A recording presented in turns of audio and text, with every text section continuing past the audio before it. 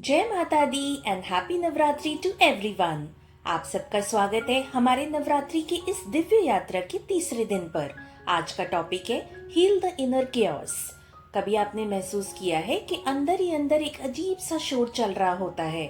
बाहर सब ठीक दिख रहा है, लेकिन अंदर ओवर थिंकिंग, गिल्ट, चिंता और डर एक तूफान की तरह चलते रहते हैं। यही है इनर केओस।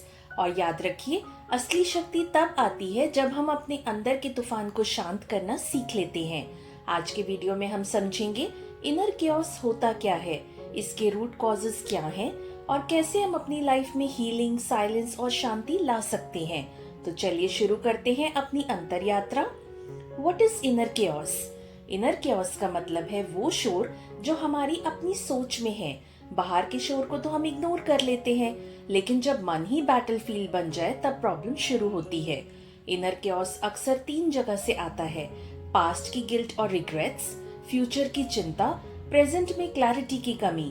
सोचो, जब हम पास्ट का बोझ लेकर चलते हैं, फ्यूचर के डर से भरे होते हैं और प्रेजेंट को जी नहीं पाते, तो क्या होता है?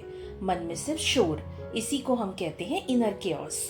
अब सवाल ये है कि ये शोर पैदा क्यों होता है? सबसे पहली वजह है expectations.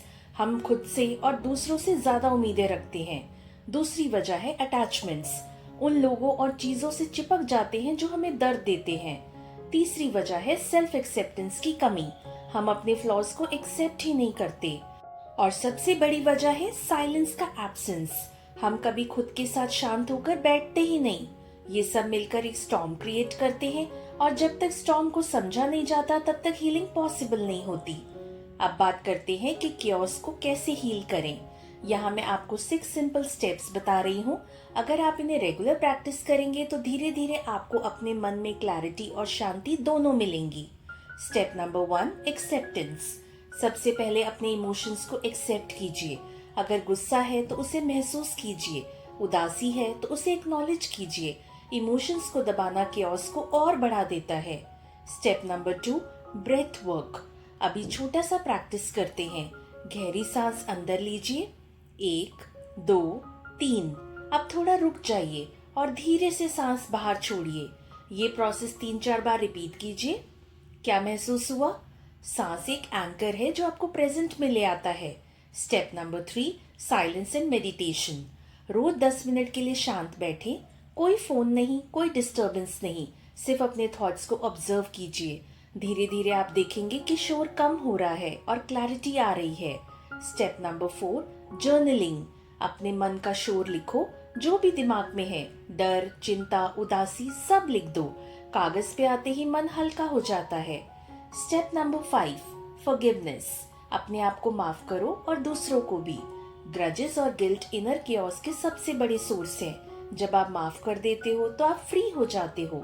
Step number 6, simplify life. अपनी जिंदगी को सिंपल बनाएं। जो अननेसेसरी चीजें और लोग आपके अंदर शोर पैदा करते हैं, उन्हें छोड़ दीजिए। Simple life is equal to peaceful mind. Navratri हमें यही सिखाता है। जैसे हम बाहर के अंधेरों को रोशनी से मिटाते हैं, वैसे ही अंदर के अंधेरों को भी रोशनी से हील करना पड़ता है। दुर्गा माँ का रूप हमें ये याद दिलाता है कि अंदर के असुर जैसे गुस्सा, चिंता, उदासी, उन्हें जीतने के लिए भी शक्ति चाहिए, और ये शक्ति हम सबके अंदर है। इनर साइलेंस ही भगवान से जुड़ने का रास्ता है। जब अंदर शांति होती है तभी डिवाइन एनर्जी को महसूस कर सकते हैं। आइए अब एक छोटी सी मेडिटेशन करते हैं। आप अपनी आंखें बंद कीजिए, गहरी सांस अंदर लीजिए, धीरे से बाहर छोड़िए। अब इमेजिन कीजिए कि आपके अंदर एक बड़ा तूफान है। डर, चिंता, उदासी सब एक स्टॉर्म बनकर घूम रहे हैं। अब अपनी सांस को देखते रहिए। धीरे धीरे ये तूफान शांत हो रहा है, और अब आपके अंदर एक प्रकाश है, हल्का, कोमल और शांत। ये प्रकाश ही आपका असली रूप है, शांत, दिव्य और संपूर्ण। दुनिया का शोर कभी खत्म नहीं होगा, लेकिन आपके अंदर का शोर आपके कंट्रोल में है। जब आप अपने इनर केओस को हील कर लेते हो तो जिंदगी एक नई क्लैरिटी, एक नई पॉजिटिविटी के साथ चलती है।